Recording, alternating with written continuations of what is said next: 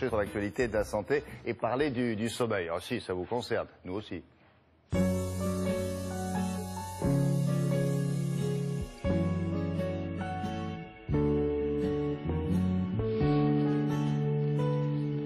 Bonjour Brigitte. Bonjour. Il y a quelques jours s'est tenu à Marseille le congrès du sommeil. Ça s'appelle comme ça. Oui. Les spécialistes donc qui se sont penchés sur la question. Alors c'est un sujet assez peu connu, on l'a rarement traité ici même. C'est une préoccupation majeure de santé publique. Un tiers des Français adultes dorment moins de 6 heures par nuit.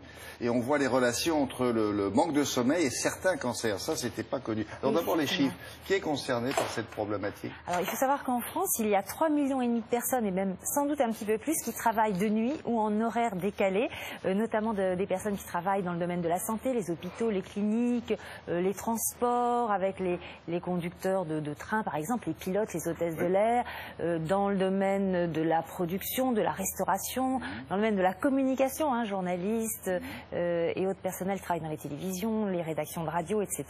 Donc beaucoup de gens qui travaillent de nuit, et sans oublier aussi toutes ces personnes qui pour des raisons personnelles dorment peu, parce que soit elles sortent le soir, elles regardent la télévision, elles travaillent sur leur ordinateur. Donc ça fait quand même beaucoup de monde qui est concerné en France par le manque de sommeil.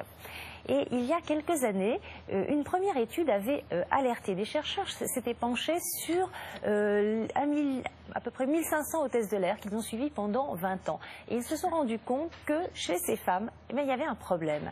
Il y a un chercheur qui a suivi Des chercheurs, oui, ils ont travaillé sur cette cohorte de femmes et on s'est rendu compte qu'elles avaient un risque supérieur de cancer du sein. Ah bon? Oui, ces femmes qui étaient soumises à des décalages horaires permanents parce qu'elles travaillaient sur des longs courriers. Oui. Ensuite, d'autres études similaires ont suivi. On a fait le même constat, notamment aussi avec des infirmières, et à tel point que le Centre international de recherche sur le cancer, qui est basé à Lyon, a classé le travail de nuit et le travail en horaire décalé comme un cancérigène probable. Donc, au congrès du sommeil à Marseille, les spécialistes se sont penchés sur ces deux éléments qui peuvent favoriser la survenue de certains cancers. Donc, ce travail posté, ce travail de nuit en horaire décalé et le manque de sommeil. Comment peuvent-ils agir sur ce développement des cancers? On regarde.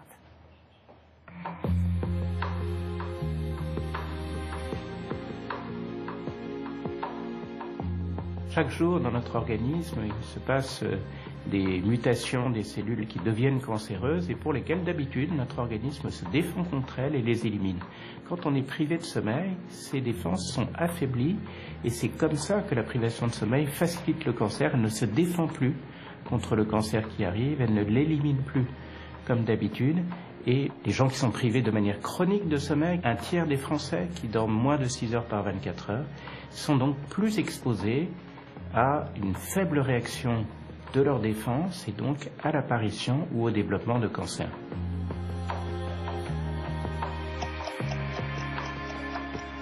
Pour les travailleurs de nuit, le risque est lié à la désynchronisation de leur horloge biologique, c'est-à-dire au décalage perpétuel qu'ils ont avec leur changement horaire de tout leur rythme biologique.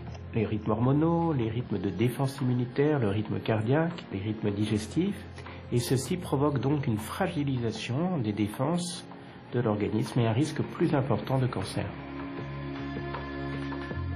Alors, les cancers qui sont provoqués par le travail de nuit sont plutôt des cancers hormonodépendants à cause de la désynchronisation de l'horloge et de la perturbation du rythme de la mélatonine. C'est par exemple le cancer du sein, 50% de risque en plus chez les femmes qui travaillent la nuit ou en posté, et de manière moins certaine, le cancer de la prostate et le cancer de l'endomètre.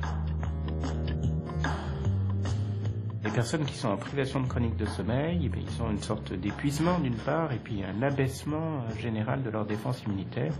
Donc les cancers les plus fréquents sont aussi plus fréquents chez eux, c'est-à-dire le cancer digestif, le cancer pulmonaire et certains lymphomes.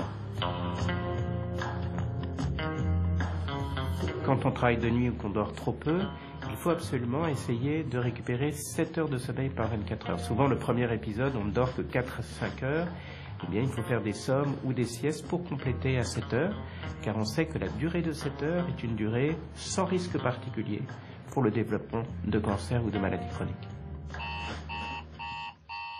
Voilà, calculez avec ce que vous vivez, il vous faut en moyenne donc 7 heures. 7 heures. On est loin du compte.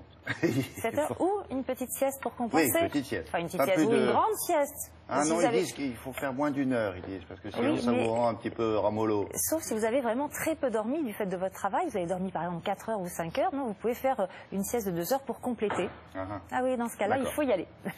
Très bien, merci beaucoup Brigitte. On va s'intéresser à ce qui se passe en Ukraine. Rappel des épisodes précédents, ça fait une semaine que des dizaines de milliers d'Ukrainiens